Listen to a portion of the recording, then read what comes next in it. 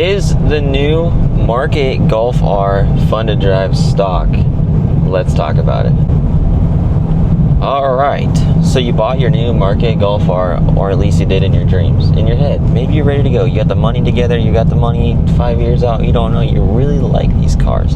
You're thinking, that's for me. I love the idea of it. I like how it looks. Oh, I'm so obsessed with the rear end now. It looks so much more, in my opinion, masculine. It's not as much of an egg. I get it. I get why you'd be excited about the car. So you're wondering, is it fun to drive when I get it? Or am I gonna be like, dang, I gotta put a bunch of money into it to even enjoy it? Let's talk about the facts. So this thing, if you listen closely, is not stock. But I feel like I had to modify it just a little bit to be able to compare stock to modified and then find the really qualified answer in between. Got a little bit of burbles.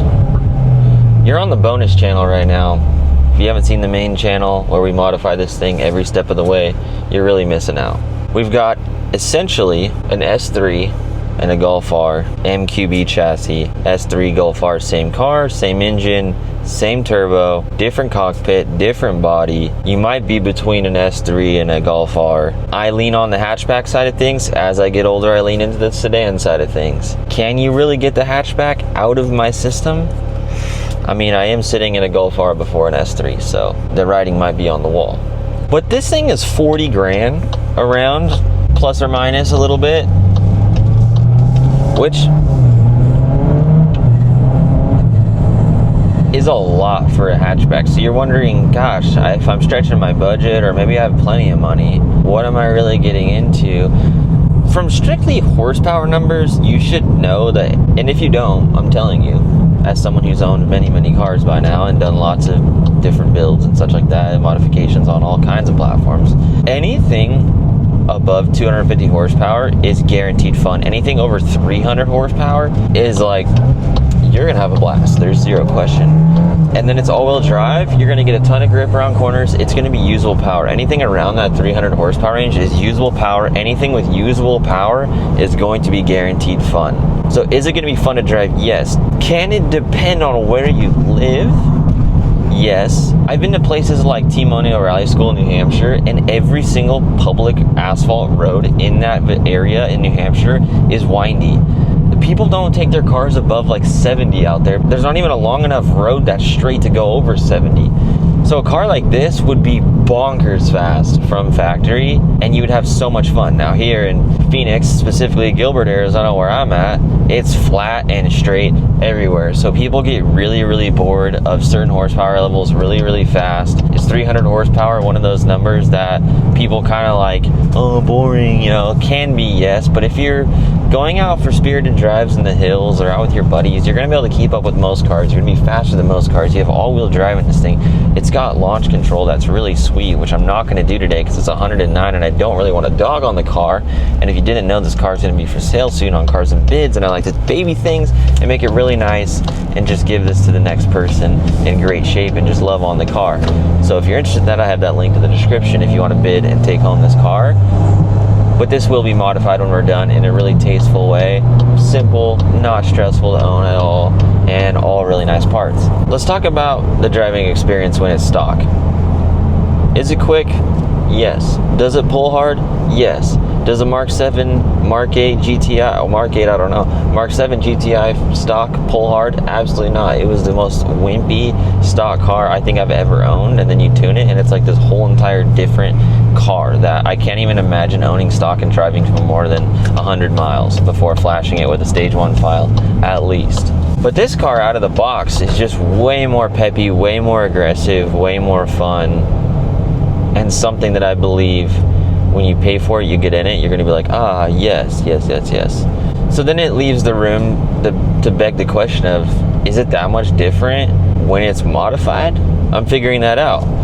Does it wake up quite a bit with tuning already? Yes, but if you want to know more about that, you got to check out the main channel and the modification videos. But this is about if it's stock.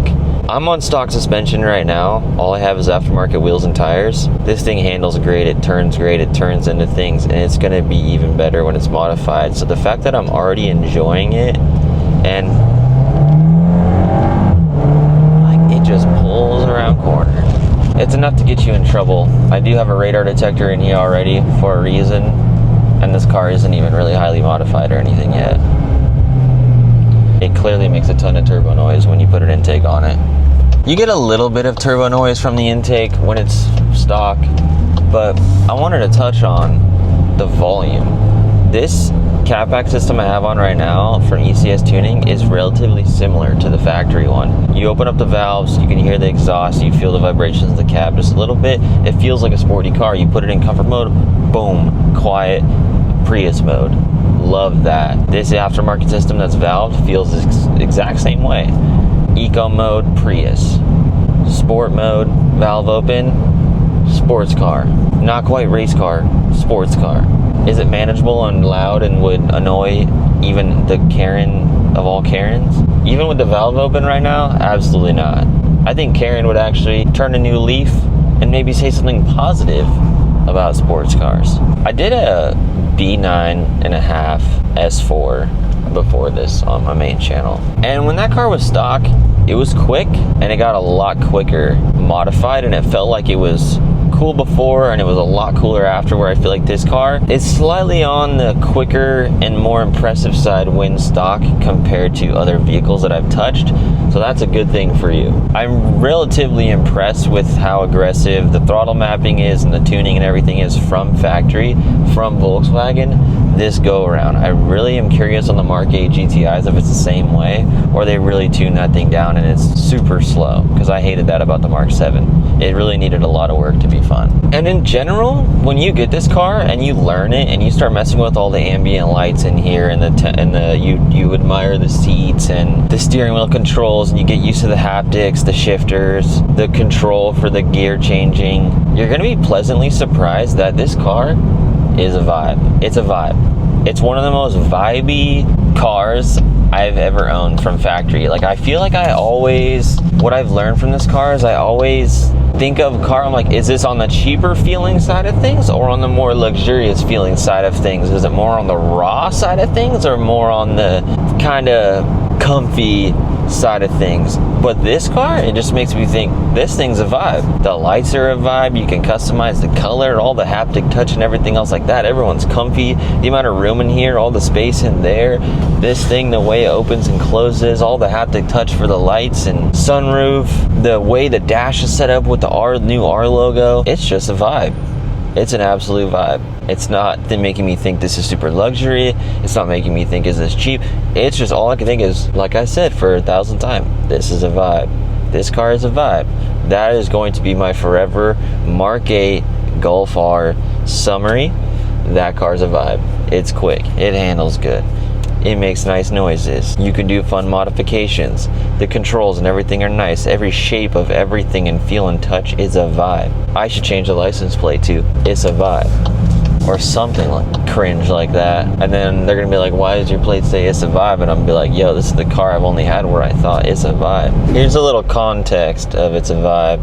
You know, you're pulling into Sprouts, you got your radar detector, you got your cool shifter once you get used to it. I like how it doesn't take up much space. You got all the haptic buttons, you got the sick dash, the mirror shape isn't bad, all these buttons are chill. All the haptic buttons like up here, the shifter paddles, I feel like I don't even need to mod them. You got the Harman Kardon system in the corner over there. The blinker sound is super chill. Yeah, I'm just cruising through this parking lot to fill you in on what the vibes are like driving this thing. You got the 2 dual USB-Cs, got the frameless mirror, you've got the haptic buttons for the lights, the sunroof, got the big old sunroof. I mean, people say these cars feel like video games, and you can see why, but I don't think it's a video game in a bad way at all. Once you get used to it, when you're not used to this car, you kind of want to get triggered, and then once you learn, you're like, oh, this thing's rad. It's a vibe. I hope this video gave you confidence in your interest in the Mark 8 Golf R platform. If you're interested in putting an exhaust and ceramic coating on this car, you can click this video right here on the screen. We'll see you over there and have a blast together with Parker. We'll even go do a fun little side quest. We'll see you over there.